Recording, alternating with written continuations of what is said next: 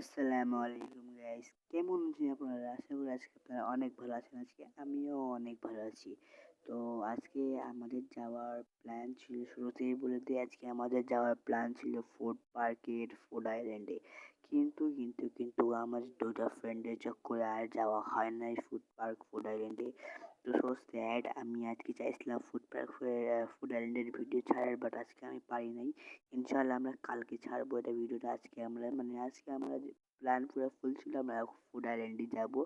কিন্তু আবার সাগররা বলল যে বাজার যাব, সেই জন্য আমরা আর কি বাজারে আসলাম। বাজারে আসার উদ্দেশ্য হচ্ছে শাহিন ভাইয়ের হুডি নেওয়ার জন্য, অর্থাৎ ছোট ভাইয়ের হুডি নেব। তো আমরা যখন বাজারে ভ্যান থেকে নেমে আমরা বাজারে আমাদের মেন উদ্দেশ্য ছিল শাহিন ছোট ভাইয়ের হুডি নেওয়ার। তো সেজন্য আমরা গেলাম আর কি। তো আমরা বাজারে নেমে ভ্যান ভাড়া মিটিয়ে দিলাম। আবার ওখান থেকে রেল লাইনে হাঁটা শুরু করলাম। রেল লাইনে কোনো ক্লিপই নেওয়া সম্ভব হচ্ছিল না, কারণ রেল লাইনে অনেক অন্ধকার ছিল, অনেক রেল লাইনের অর্ধেক রাস্তা বলতে গেলে অন্ধকার। আমি যেখানে পাচ্ছিলাম আমি সেখানে অনেক জায়গায় আবার ক্লিপ নিচ্ছি, আবার যেখানে দেখলাম অন্ধকার আছে আমি সেখানে নিতে পারি নাই। আমি আপনার ভিডিওতে দেখতেই পারছেন। তো আমি আমার যখন ওখান থেকে শাইনের হুডি নিলাম, আবার আমার সুজা আন্টির স্যান্ডেল ছিল না, বাট স্যান্ডেলটাও নিলাম ওখান থেকে। আবার আমরা গেলাম প্লাজারের উদ্দেশ্যে, দুলা ভাইয়ের একটা কি নেওয়া আছে খেলাঘর থেকে, আমরা খেলাঘরে ওখানে উদ্দেশ্যে গেলাম। খেলাঘরে যেয়ে আমরা কিছু অন্য যে মেন জিনিসটা ছিল সেটা আমরা পাইলাম না। প্রত্যেকটা খেলাঘর আমরা চেক করলাম, একটা জায়গায় আমরা খেলাঘরে পাইলাম না। দুলাভাই এটা কি ছিল, বলতে পারতেছি না ওটা, বাট নামটা মনে নাই। এটা ছিল জিনিস আর কি, 10 দিন আগে। আবার দুলাভাই বললো যে তোমরা যাও এখান থেকে, তোমরা যাও, আমি সামনে থেকে একটু আসতেছি, আমার কাজ আছে। তো দুলাভাই চলে গেলে একটু নিজের ওই সাইডে, আমাদের ভ্যান ভাড়া দিল। আমরা আবার বাজার থেকে রিক্সা করলাম। রিক্সার ওখানে একটাও রিক্সা পাওয়া যাচ্ছিল না।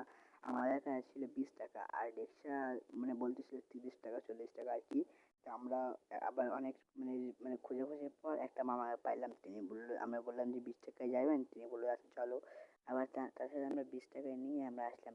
আবার তামান্না রোডের এত খারাপ অবস্থা ভাই, আমার পুরো কোমরগুলো শেষ।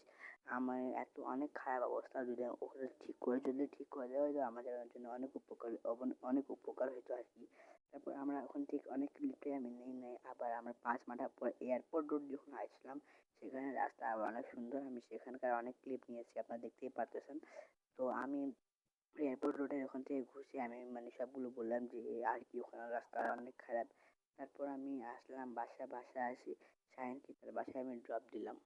সাগর আমাকে বললো যে দাদা তোমার হাত ব্যথা হয়ে গেছে, আমি ভিডিও করে দিই। তাই আমার মাথায় না তুমি ভিডিও করো, এখন আমাদের যে এয়ারপোর্ট রাস্তার ভিডিওগুলো আসবে সেই সবগুলো সে করছে। তো ওকে অনেক ধন্যবাদ আমার পক্ষ থেকে আমার এতগুলো হেল্প করার জন্য।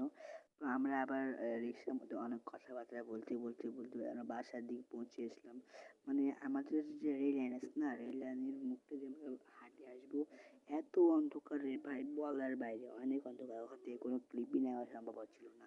আমি একটা ক্লিপ নিয়ে আপনাদেরকে দেখাবো অথবা ছাড়বো, এরকম কোনো সম্ভবই ছিল না ওখান থেকে কোনো ক্লিপ নেওয়ার। সেজন্য আমি স্যাড, আমি নিতে পারি নাই। কিন্তু আমি ইনশাল্লাহ একদিন দেখাবো রেলের অবস্থা। কিন্তু আজকে আমাদের যে ফুটবল যাওয়ার কথা ছিল, আজকে আমি সেটা যাই না, আমার অনেক মন খারাপ হয়েছে আর কি। কিন্তু ইনশাল্লাহ কালকে যাবো, সেখানে একটা ফুডের আইটেমও ট্রাই করে আপনাদেরকে রিভিউ দেবো ইনশাল্লাহ।